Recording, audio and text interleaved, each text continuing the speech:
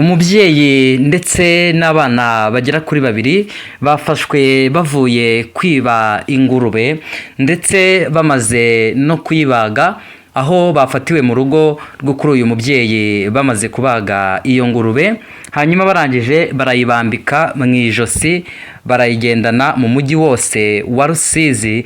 Byari ibintu biteye ubwoba kubibona mu by'ukuri, kubera ko umuntu yavuga ko uruhande rumwe atari byiza gufata umuntu yibye warangiza ukihanira muri ubu buryo, nk'uko umunyamabanga nshingwabikorwa w'umurenge wa Gihundwe yabitangaje.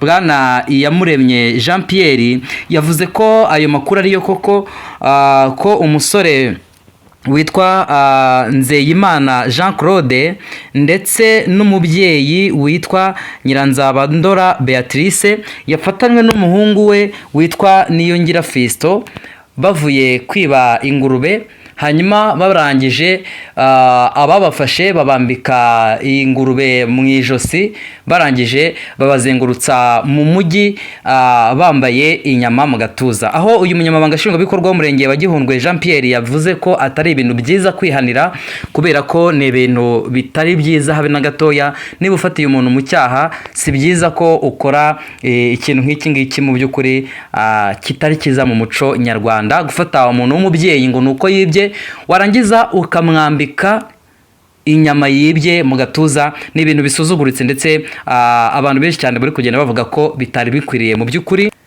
Ibi rero byabaye mu rukerera, aho mu ma saa 10 umuntu ngo yabanyuzeho bikoreye umufuka, ariko abona ko harimo ingurube, hanyuma arangije yikomereza akazi ke. Nyuma mu masaha 6 ngo nibwo yaje kumenya ko hari ahantu abantu bari kujya kugura ingurube, kandi ko aho hantu bari kujya kugura ingurube badasanzwe boroye ingurube. Hanyuma rero mu kugerayo basanze mu by'ukuri abo bantu bakekwaho kwiba ingurube babihakana, bavuga bati nta ngurube twibye ariko bari kuvuga. Hanyuma bakomeza gushakisha, ndetse yewe bagiye mu bwiherero muri toilet basanga ubwoya bw'iyo ngurube buri muri toilette.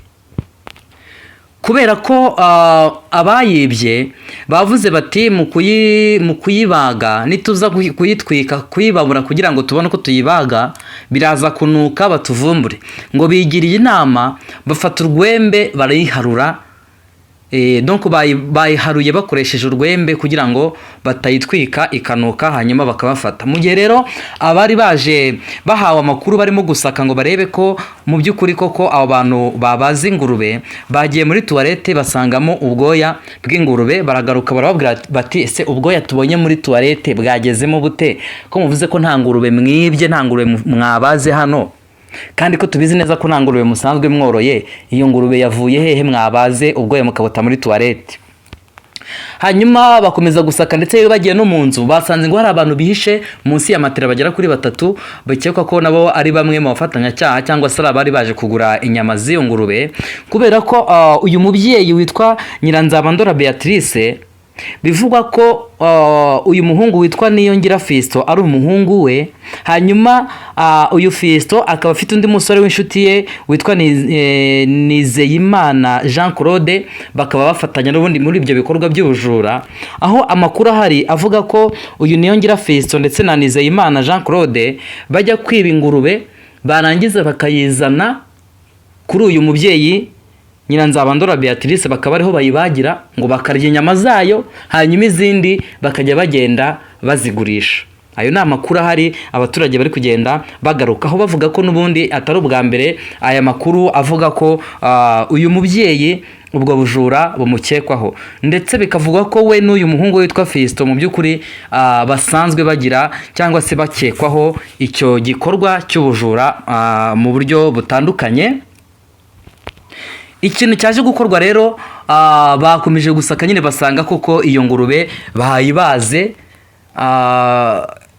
bayiharuje urwembe, basanga bamaze kuyica umutwe, ndetse yewe bamaze no kuyisatura ibice bitandukanye. Hanyuma icyo umunyamabanga nshingwabikorwa w'umurenge wa Gihundwe ari kuvuga ko atari ibintu byiza mu by'ukuri, bahise bafata bano bantu uko ari 3, abahungu 2 ndetse n'uyu mubyeyi, babambika izi nyama mu gatuza mu ijosi. Umusore umwe bamwambitse inyama mu ijosi, uruhande nyine rwose barufashe barumwambika mu ijosi, cyangwa se reka mvuge ngo ni urubavu bafashe bararumwambika mu ijosi ndetse n'amaguru. Ngira ngo ku mashusho uraza kubibona uburyo ki bamufashe rwose bakamwambika mu gatuza abasore bombi.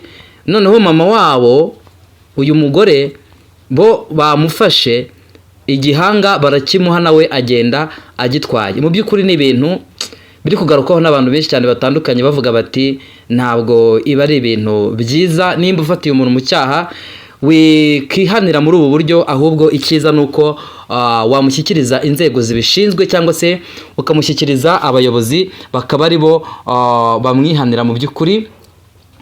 Rero icyakurikiyeho bahise ko bamaze kubambika izo ngurube cyangwa se izo nyama mu ijosi, bahise ko babazengurutsa umujyi wose. Ibaze no kuzengurutsa mu mujyi wambaye inyama, nyine ubona ko ari ibintu mu by'ukuri byari bigayitse ku rwego rukomeye cyane.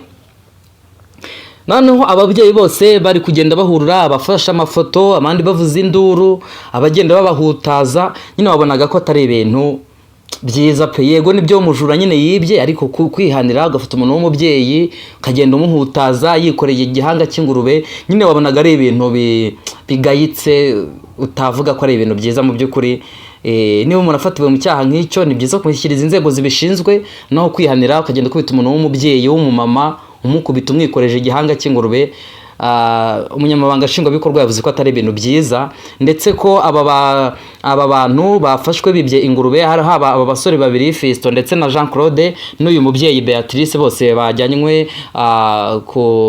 kuri sitasiyo ya polisi, ndetse kandi n'abo bantu bakoze ibyo bintu byo kwihanira bakabikoreza inyama mu mujyi wose, nabo bafashwe kugira ngo babashe kubihanirwa, kubera ko nabo bakoze amakosa yo kwihanira muri ubwo buryo budasanzwe bwo kwikoreza umuntu inyama yibye mu bintu bisanzwe bitamenyerewe mu by'ukuri mu gihugu cyacu cy'u Rwanda. Ngayo nguko rero nyaboneka, ibintu ntabwo byoroshye, ariko kandi nanone icyo twakisabira abantu ni ukureka ubujura pe. Abantu bari kubujura, nta kiza cyo kwiba. Ngira ngo nk'ibi bintu nubwo wenda bitemewe aba bantu bakoze byo kwambika aba bantu inyama, ariko byari bikwiye no kubera abandi isomo, abantu bakareka ibintu by'ubujura. Ntabwo ari ibintu byiza, kubera ko kujya kwiba itungo ry'umuturanyi wawe, murabizi ko kwa kino gihe itungo ry'ingurube ni itungo mu by'ukuri riri gutanga umusaruro ku bantu bazoroye. Ingurube igira gutya ikabwagura ibyana nka 5, 6, 7 gutyo, biterwa n'iyo ariyo n'uburyo ki yafashwemo neza. Ugasanga ni itungo mu by'ukuri rifasha umuntu, haba kubona agafumbire, haba kubona ayo mafaranga ndetse n'ibindi umuntu akenera mu buzima bwa buri munsi, kubera ko ikibwana cy'ingurube uyu munsi kirahenze. Ubona nyine ari itungo rifasha umuntu mu buryo bwo kwiteza imbere. Ibaze rero kuba warakoresheje ubushobozi bwawe ukagura itungo kugira ngo rizakugoboke, undi muntu wikiza aho ngaho akanga gukora, agashyira amaboko mu mufuka ngo azajya arya utw'abandi, akitora akajya kwiba itungo ry'umuturage, yarangiza akarifata akaribaga. Mu by'ukuri ni ibintu umuntu atashyigikira. Abantu bareka ibintu by'ubujura, nk'uko umunyamabanga nshingwabikorwa yabigarutseho, avuga ko abantu bagomba kureka ingeso mbi nk'izi ngizi zo kwiba. Umuntu akajya mu baturage akajya kwiba itungo akaritwara mu mufuka, akagenda ryikoreye mu saa 10 z'igitondo. Ni ibintu bitari byiza habe na gatoya. Abantu bakura amaboko mu mufuka bakore, kubera ko iyo umuntu wese akoze ashatse ibyo akora atera imbere. Ibaze nk'aba basore rwose Jean Claude na Fisto, abantu bafite imbaraga bakagombye kujya gushaka ibiraka bitandukanye. Yego nibyo ko ushobora kuvuga ngo akazi karabuze, ariko burya akazi ntabwo kabuze, ahubwo hano usanga hari igihe abantu basuzugura akazi. Ngende umusore, abantu baranzi, ubwo se abakobwa bambona ndi kwikorera umucanga, ndi kwikorera amabuye, cyangwa ndi mu kiyede, bavuga gute? Ugasanga abantu bigize abasonga rero ntibashaka gukora, ahubwo bazajya bakora mu mifuka y'abandi, bashikuza amasakoshi y'abandi, bananirwe gukora, bagende mu masoko usanga bakora mu mifuka.